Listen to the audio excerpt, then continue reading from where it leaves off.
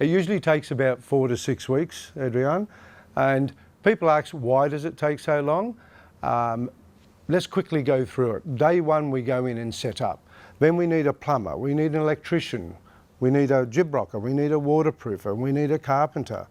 Okay, there are so many trades involved, and generally a bathroom is a small room.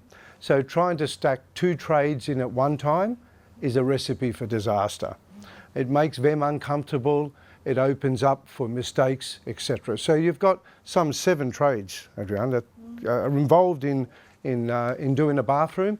Then you've got the whole site set up, delivery of products, project management, cleaning the renovation up, and then handing it over. Also, some things need to be check measured. You have a specific vanity in the corner or a shower screen that has to be check measured after the tiling, then that has a lead time. Okay? Things don't just happen. So 4 to 6 weeks, it runs smooth, and what we do for clients is we actually put that 4 to 6 weeks in a written schedule.